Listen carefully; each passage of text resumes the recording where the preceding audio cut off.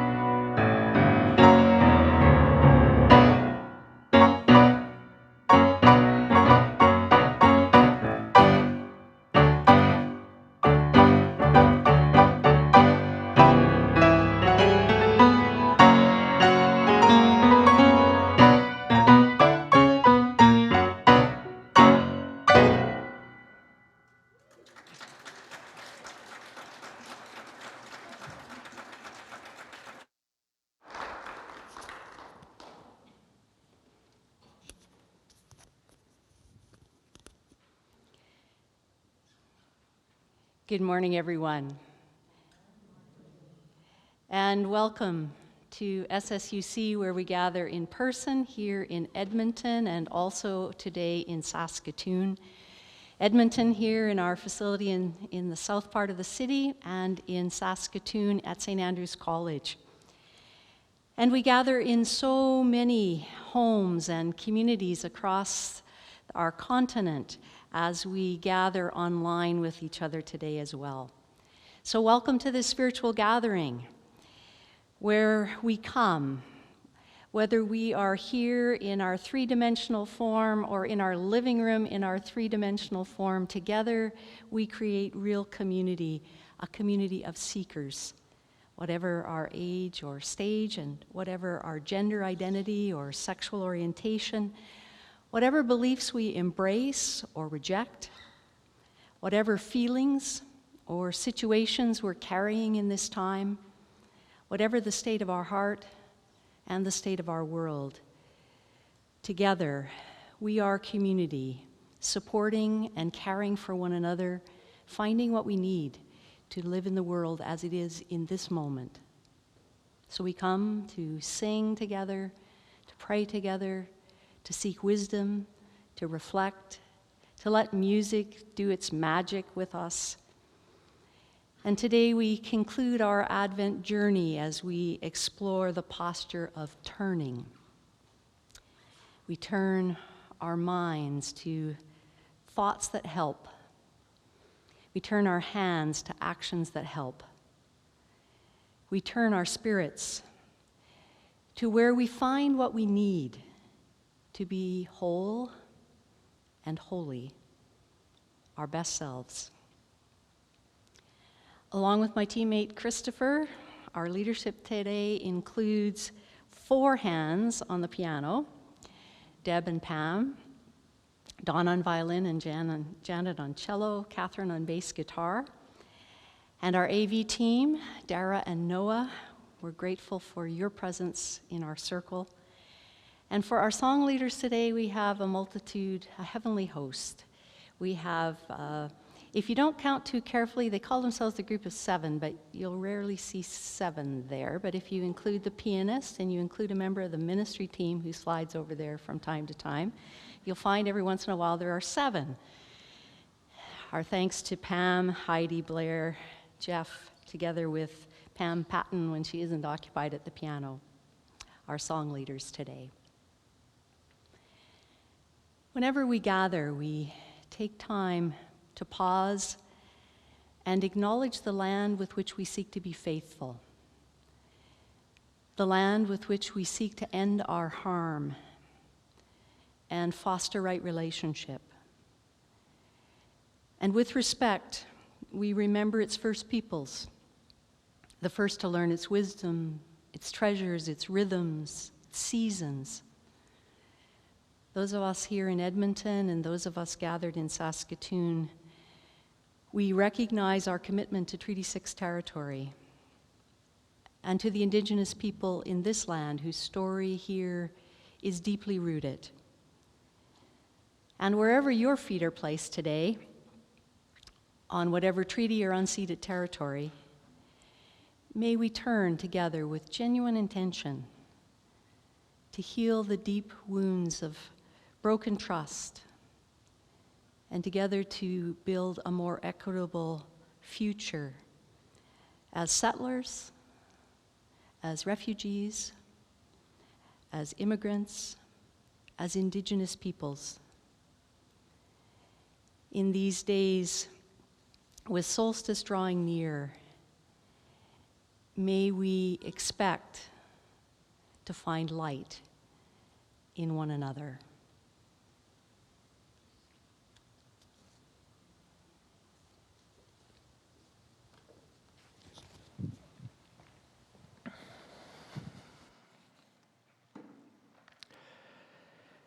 All along our Advent journey toward Christmas, we've been lighting candles that represent the postures that we can take in Advent to move us through these weeks of December as we approach a Christmas that we would like to be celebrating with each other.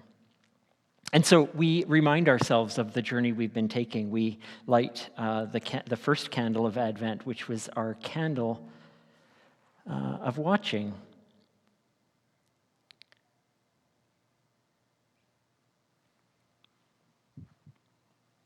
And through our second week, we relight our candle of expecting.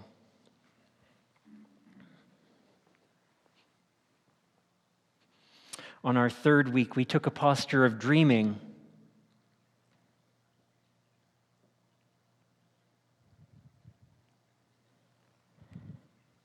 And today, we light this candle for a posture of turning, that we might turn toward good things, toward a good direction as we adjust our way along this path, and we take a posture of turning as our fourth Sunday in Advent. 4 candles lit, and yet, through this season, we're always waiting for just a little more light. So we'll sing with one another.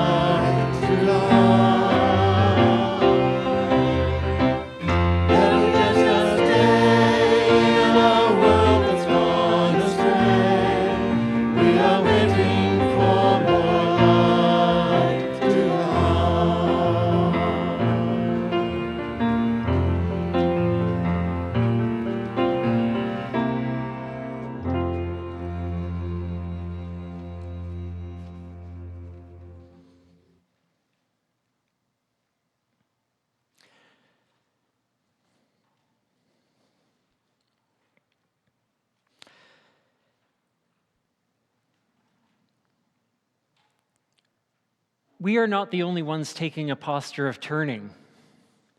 Our planet does this every day of its existence. And as we are in the winter months, our planet is turned away from the sun, almost the farthest it will be by a couple of days. We will approach the shortest day. And the earth and its peoples for generations and generations have been good at marking this posture of turning. this turning from shorter to longer, this turning from darker to lighter, and all that is worthy of celebrating about that. And so, as our Time for All Ages story today, I want to share with you a video created by the makers of this book, The Shortest Day. And we will enjoy this book as read by the author, and we will share in this short poem put to images of the illustrator that we can marvel in and rest in for a moment. The Shortest Day by Susan Cooper, illustrated by Carson Ellis.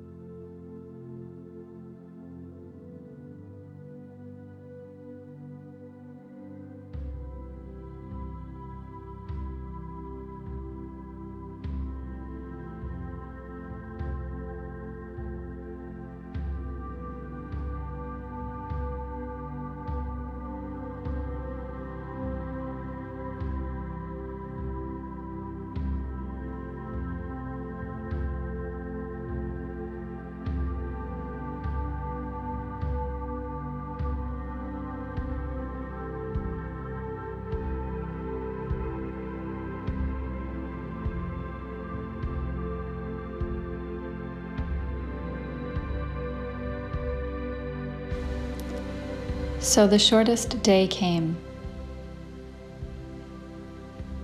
and the year died.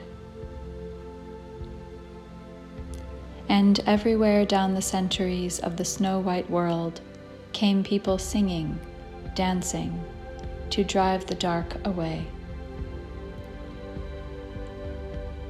They lighted candles in the winter trees. They hung their homes with evergreen. They burned beseeching fires all night long to keep the year alive.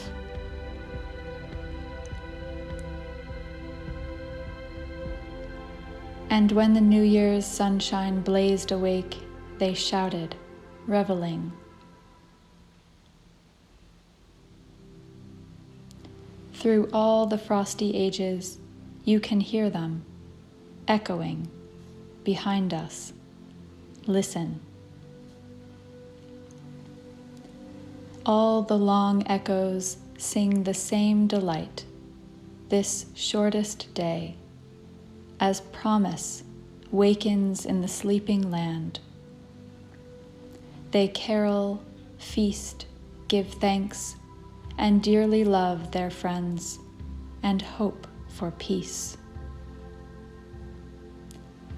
And so do we, here, now, this year and every year. Welcome, Yule.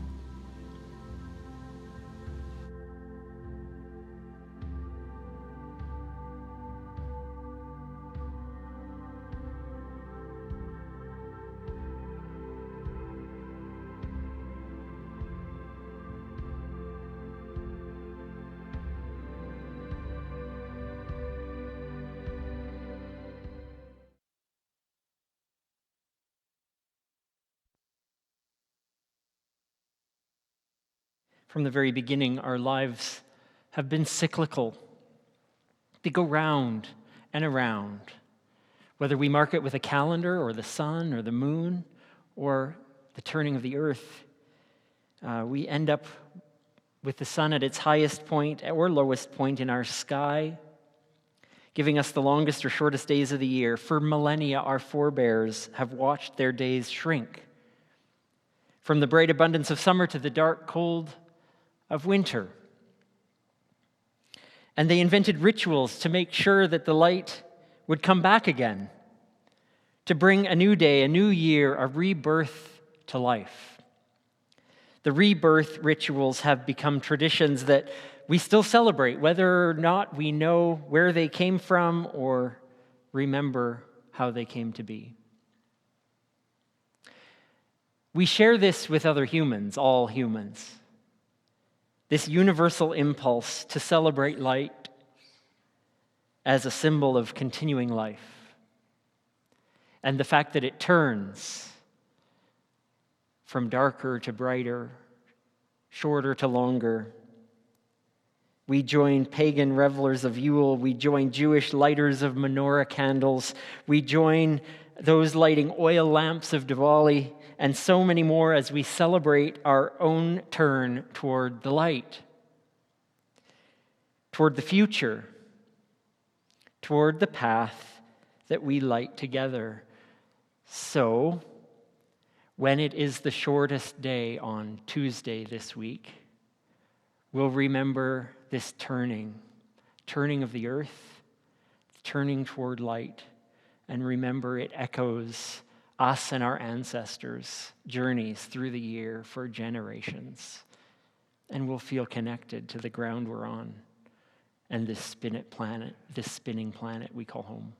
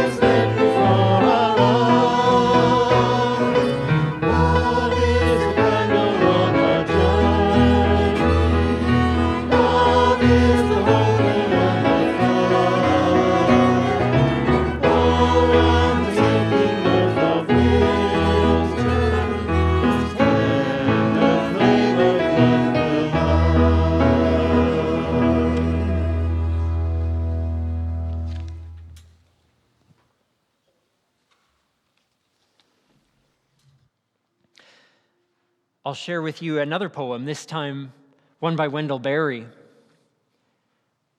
This is a work entitled, "There Is No Going Back." No, there is no going back. Less and less you are that possibility you were. More and more you have become those lives and deaths that have belonged to you. You have become a sort of grave containing much that was and is no more in time, beloved. Then, now, and always. And so you have become a sort of tree standing over a grave. Now more than ever, you can be generous toward each day that comes, young to disappear forever, and yet remain unaging in the mind. Every day you have less reason not to give yourself away. In these wise and poetic words by Wendell Berry, we find wisdom for our living.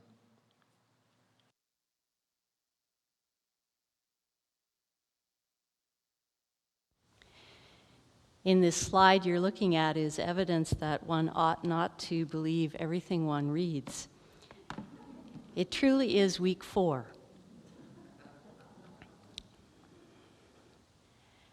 And there's no turning back time. Because time only moves forward. Even though there are times we like to think that it's standing still. And there's no rewind button in life. Sure, we have memory that allows us to bring the past forward into the present. But there's no going back. Once our words are out there, there's no way to reel them back in. There's no way to rewind and re-record. And once we've seen something, really seen it, there's no way to unsee it. Those pictures before and after, there's no turning back to the before. There's only the after image. And yet, the plot of the story that gives us this season has this way of insisting on returning each of the characters to where they were before everything happened. We know it so well. The story returns the angels to the sky. It returns the shepherds to the field. It returns the Magi home, albeit by a different way. It returns the parents to their Galilean village from the Judean town of Bethlehem, where the story, for many reasons, places this birth. The storyteller Matthew returns the family north by going south to Egypt to evade a tyrannical king. Luke, a different storyteller, he has a whole different route for the family. He returns them north to Nazareth by taking them through Jerusalem, having them make a stop at the temple. It's as though each character could just turn around and go back to their work or their families or their life without missing a beat. But perhaps it isn't really as tidy as our nativity play would make it seem, where we just sing a carol so we can clear the stage. What woman, having given birth, can simply go back to her life and just pick up where she left off? What parent, having witnessed life emerging from a womb or receiving a newborn into their arms, entrusted with the care and nurture of that child, can simply go back to their lives without missing a beat? Who among us can hear voices in the night, swallow our fear, and follow our hearts to some breathtaking moment of wonder or some heartbreaking moment of grief, and then go back to the field or the office or the kitchen or the classroom or the barn as though nothing has happened? And who takes a journey to a strange new place and returns home as though it never happened? This tidy, compact narrative we tell every year disguises the truth of our experience. For each of these storied characters, there would be no way of going back to the world as it had been, to life as it was, to who they were before. Surely the experience of the narrative has given them would be life-altering, life-changing, transformative. There are so many turning points in our lives. Every moment really is a place from which there is no return. No returning back. No turning around. There's no unknowing what we've come to know in our lives. There's no unlearning truth we've grown into. There's no retracing our steps from the life-altering geography where we step across a threshold. There's no turning back. So the poet, Wendell Berry, reminds us of what we know to be true. There is no turning back. Every experience of wonder and beauty has taught us this. Every grief and loss we've experienced in our lives has taught us this. The only place we can turn is forward. Isn't this the distilled wisdom from the lived experience of emancipation?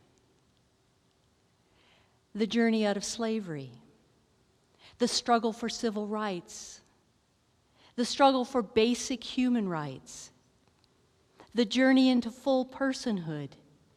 Didn't the spirituals sing the great truth in the heart of every quest for liberation and equality? Ain't nobody gonna turn me around. Turn me around, turn me around. Ain't nobody gonna turn me around. I'm gonna keep on walking. Keep on talking. Marching on to Freedom Land.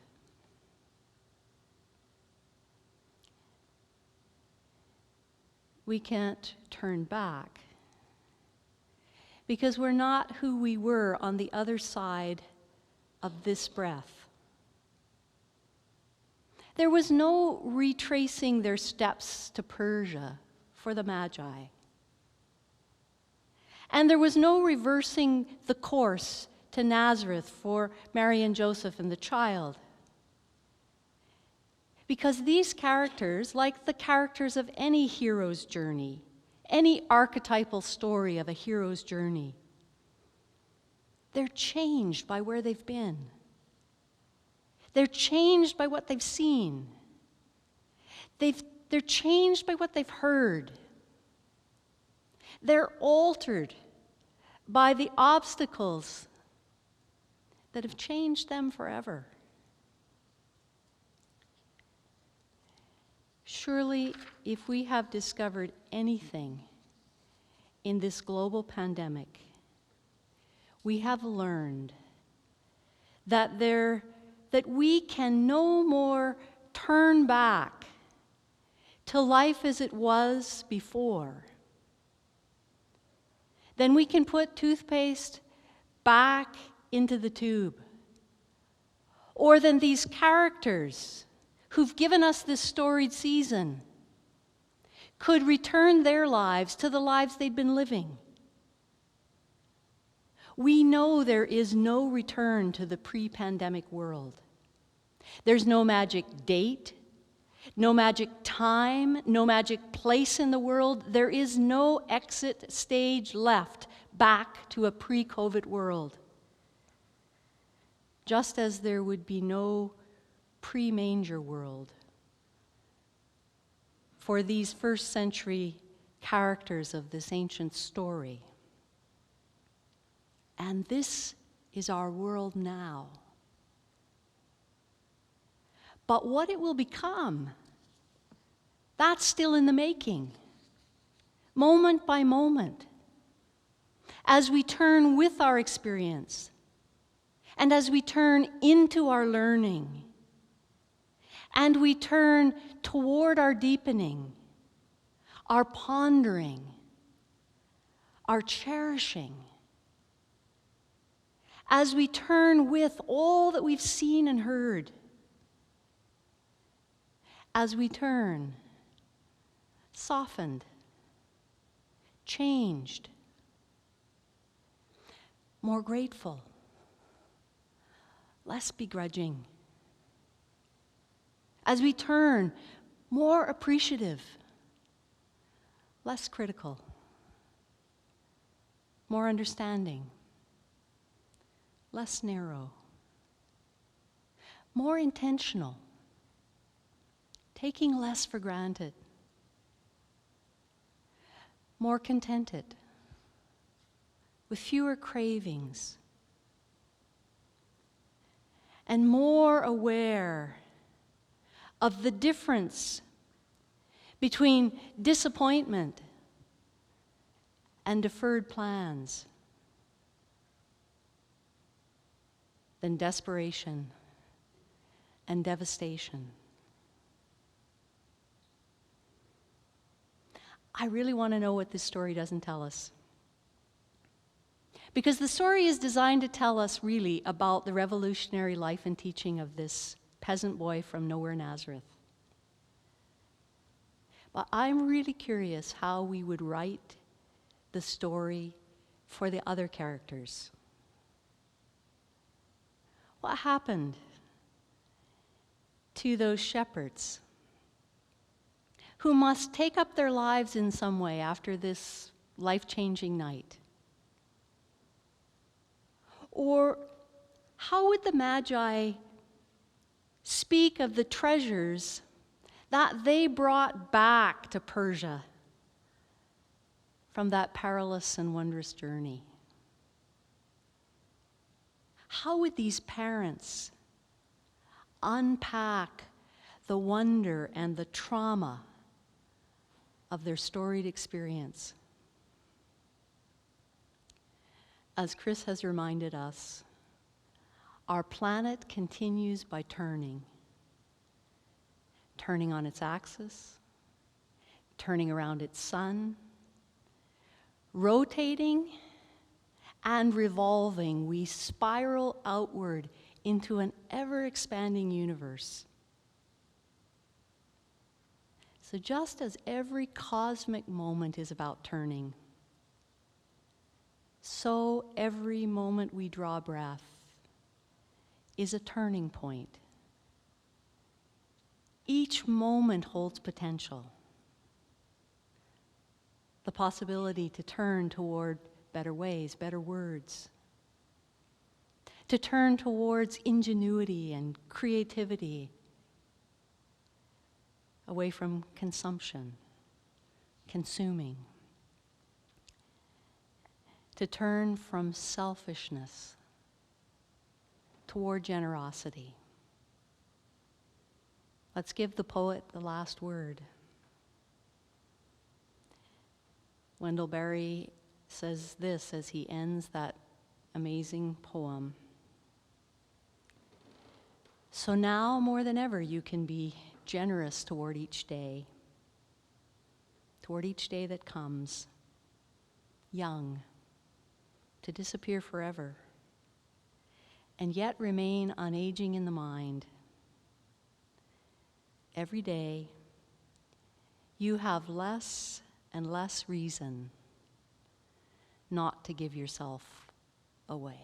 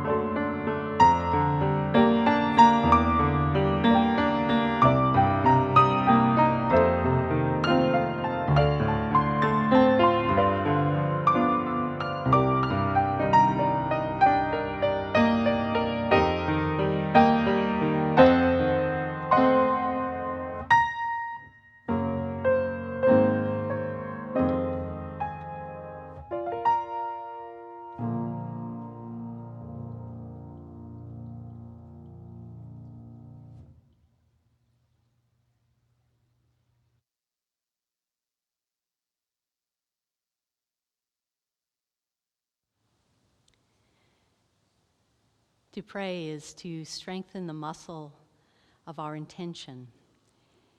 And so we take time to do that together as we do each spiritual gathering, to strengthen our intention for the ways that we would wish to live in the world, the person we would wish to be in our deepest, fullest, and truest humanity. And so we pray, offering these words with one another. As we welcome the sun returning from its southern journey, we honor the threshold of solstice. Some cross thresholds into celebration, finding joy and beauty in this season. Others cross thresholds of lament, emptying their hearts of sorrow. May we turn from cruelty and hatred toward kindness and gentleness. As light into light, we pray with one another that it may be so.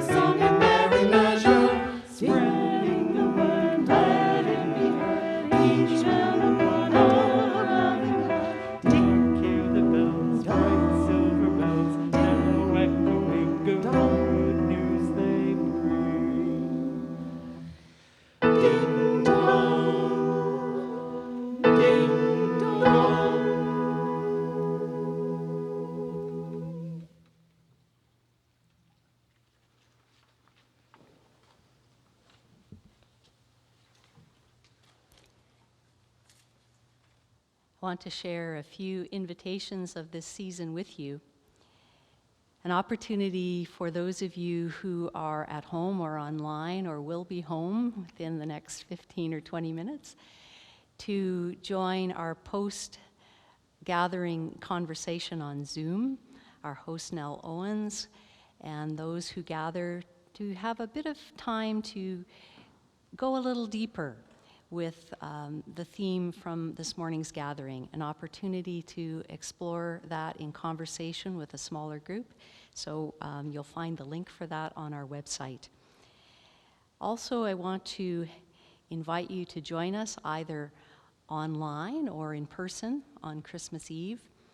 We have 2 gatherings Christmas Eve, one at 6 p.m. and one at 8 p.m., both all ages gatherings. And at 6 p.m., we'll be live streaming that particular gathering, so those of you joining us online can be with us at 6 or can check anytime later. You'll find the service on our website or on Facebook, wherever you're used to discovering us. There is still space if you'd like to be here in person, and you can register with us on our website. A Christmas Eve invitation that comes each year, a Christmas season invitation, an opportunity to support the No Room in the Inn campaign. This year, this ecumenical annual offering in the Christmas season is in support of L'Arche, Edmonton. As many of you know, it provides supportive housing and help for adults with special needs.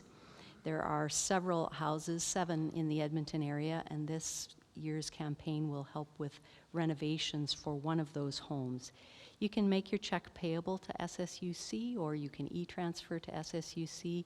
Note that it is for No Room in the Inn. Those of you who are here in the space today or will be Christmas Eve, there's a box in the foyer that will welcome your contribution for this particular annual campaign. Also an invitation from Allison and from Zoe, our young adult leaders. Hibernate, an opportunity for a contemplative series on rest and restoration. It's online beginning January 26th. There's still space, and you'll see on the slide how you can register and participate. Next Sunday, there will not be an in-person gathering. Later this week, you'll find a link on our website and in your messenger. There will be a pre-recorded service available for you to join in online next Sunday. And we will, all things being as we hope they'll be, gathering again in person and online January the 2nd. And you do not need to register for that gathering. Our numbers have been very small and safe. And so we're going to just have you come as you choose to come in the month of January, and provided we stay within the limits we've set for ourselves, we'll forego the need for registrations for this point in time. It's an opportunity to support our community as we come towards our year end, whether your contribution is a one-time gift or a regular gift, an opportunity to give us a cash gift or to provide a transfer of shares for the tax benefit that also provides, and an opportunity to help us end 2021 in the best possible way we can. As you know, this of course has been a challenging year with fewer opportunities for letting the community use our space and fewer opportunities for the kinds of fundraisers that we are accustomed to having. So whatever support each of us can bring will help us end the year well. We celebrate with all of you and all who participated in the Cookie Walk that particular endeavor brought in over $7,100. So we celebrate all the bakers and boxers and buyers who made that to be so. As we come towards the close of our circle with one another in person and online, we sing a carol of this season with words that have come to us from Bob Hetherington and Greta Vosper, and the original words of John Mason Neal.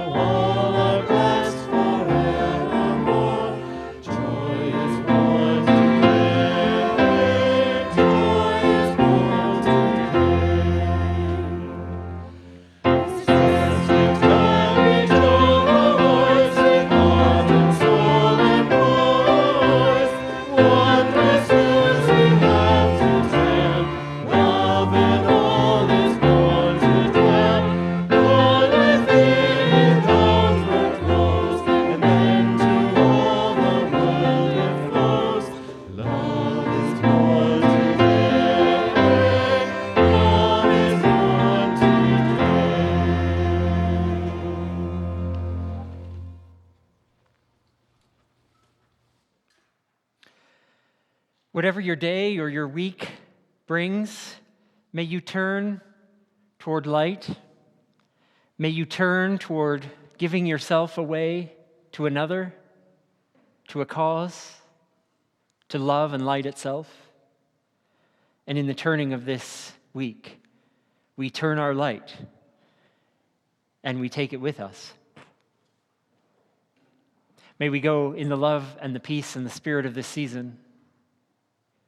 Merry Christmas to you all, and we hope to join with you on Christmas Eve together as community.